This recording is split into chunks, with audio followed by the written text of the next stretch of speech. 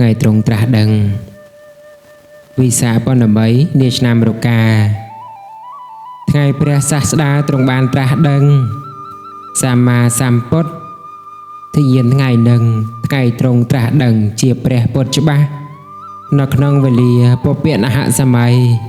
ពោធិសត្វថ្លៃទទួលបាយ័សដែលនាងសុជាតាដាក់នៅក្នុងថាសមាសដល់ត្រចះហើយមកបូជាព្រះពោធិសត្វទទួលស្រេចហើយទ្រង់ញ៉ាំងផុតកិច្ចអ្នកដែនកិយាសៃស័កទៀបស្ទឹងនិរញ្ជរីដែលទ្រង់ពួនជាដំពោពូតបាយក្នុងពេលមច្ឆនកតសម័យសម្រាប់ពេលថ្ងៃប្រតិបានស្បើយនៅក្នុងសារព្រឹកទៀបមុតស្ទឹងហើយបើជាខាងក្រោយអំពីផុតកិច្ចក្នុងពេលល្ងាចស្ដេចយាងសម្ដៅនិមន្តច្បាស់ទៅក្នុងមួយរំពេចជួបសោតយៈគាត់បានដឹងកិច្ចថ្វាយស្បៅដល់ស្ដេច8ក្តាប់ព្រះពោធិសត្វទទួលស្មៅហើយមិនបងអង្គឡើយយើងតាមលំដាប់ទៅតាមមេគាទេវតាប្រដាប់ក្រអូបចំណាប់តិចដាស់ដងព្រៃលុះត្រង់ត្រដល់អសត្ថព្រឹកហាពោទីព្រឹកដែលជាវិជ័យ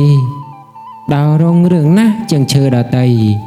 ប្រសើរពេកក្រៃប្រក្តីសុខសានទ្រង់ប្រតិសិនដំពោ3ជុំគូអភិរមរួចហើយទ្រង់បានស្ដេចសន្តឈានទិសឧដឺសានដែលជាទីឋានស្អាតបរិសុទ្ធអំពេចនោះឯងបល្ល័ង្ក14ហត្ថព្រះពោធិសត្វទ្រង់មិនរន្ធត់កើតដោយបារមីវិន័យបំផុតដែលព្រះសម្ពុទ្ធសន្សំមកហើយគង់អធិដ្ឋានប្រកបដោយអង្គ4ដល់ផ្ចិតផ្ចង់ទ្រង់មិនដកថយមិនបានត្រាស់ដឹងគឺមិនក្រោកឡើយផ្ចង់ទុកស្រេចហើយមិនដាក់ធុរៈស្បែកសសៃឆ្អឹងឲ្យនៅសល់ចោះឈាមនឹងសាច់នោះក្នុងសេរីរៈ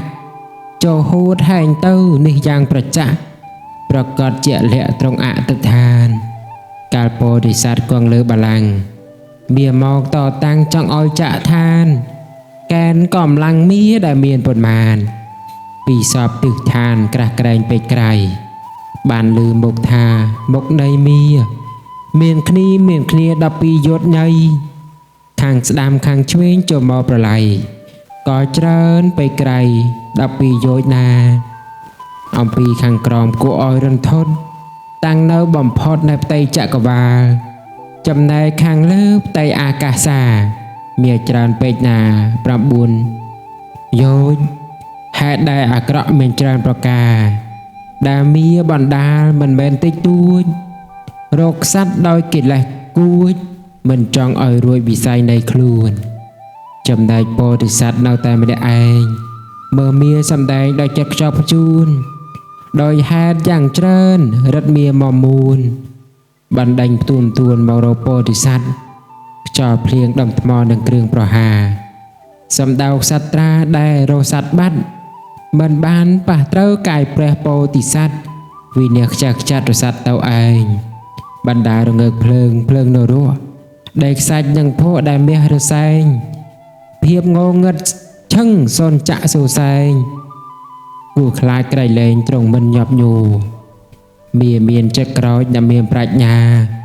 ចង់ឲ្យក្សត្រាដែលស្ថិតក្នុងធัว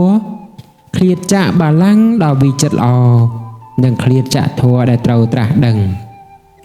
ព្រះមហាក្សត្រទ្រង់បានកំចាត់មានឲ្យខ្ចាំងចាត់រួចត្រង់រំពឹង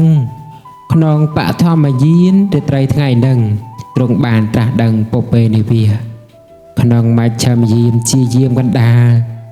ដែលព្រះមហាក្សត្រទ្រង់បានជំរះទៅបច្ចៈខុវិស័យល្អល្អះទ្រង់បានយកច្បាស់សពសត្វលោកាក្នុងមជ្ឈមយាមជាយាមចុងក្រោយ